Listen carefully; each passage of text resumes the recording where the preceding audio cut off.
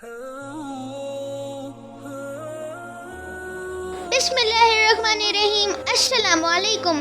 आज की मेरी वीडियो कुरान पाक की दिलचस्प मालूमात के बारे में होगी। वीडियो शुरू होने से पहले मेरी आप सब से गुजारिश है कि वीडियो को आखिर तक देखिए और जो इस चैनल पे नए आए हैं उनसे भी गुजारिश है कि चैनल को ज़रूर सब्सक्राइब करें। तो आइए शुरू करते हैं। कुरान पाक की 7 मंजिलें हैं।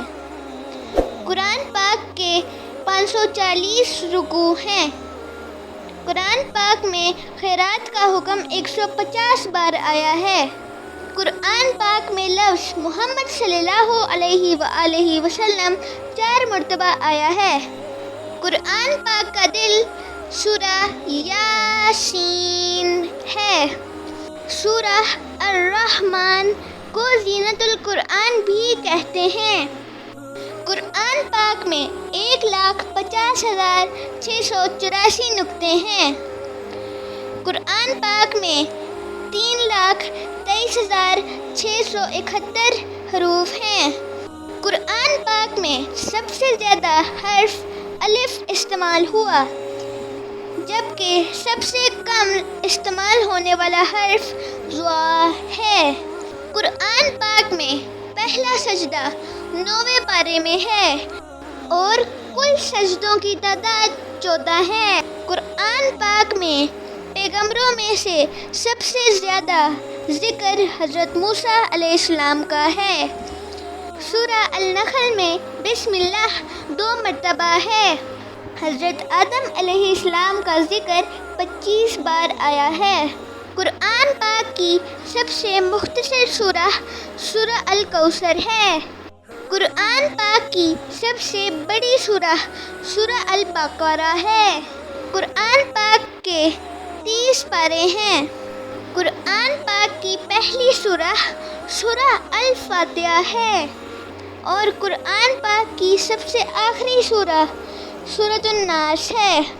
मक्की सूरा उस सूरा को कहते हैं जो मक्का में नाजिल हुई हों।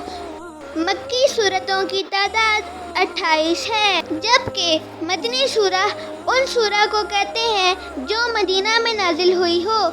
मदनी सूरतों की तादाद 86 है। कुरान पाक की कुल सूरतों की तादाद 114 है।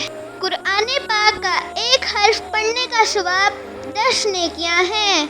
कुरान पाक की सूरह जो मुकम्मल दुआ भी है सूरह अल-फातिहा है और सूरह अल-फातिहा को उम्मुल किताब भी कहते हैं। कुरान पाक की 6 सूरतें अंबिया कराम के नाम पर हैं, जिनके नाम सूरह इब्राहीम, सूरह यूसुफ, सूरह मुहम्मद सल्लल्लाहु अलैहि वसल्लम, सूरह नूह, सूरह हूद और सूरह यूनुस हैं।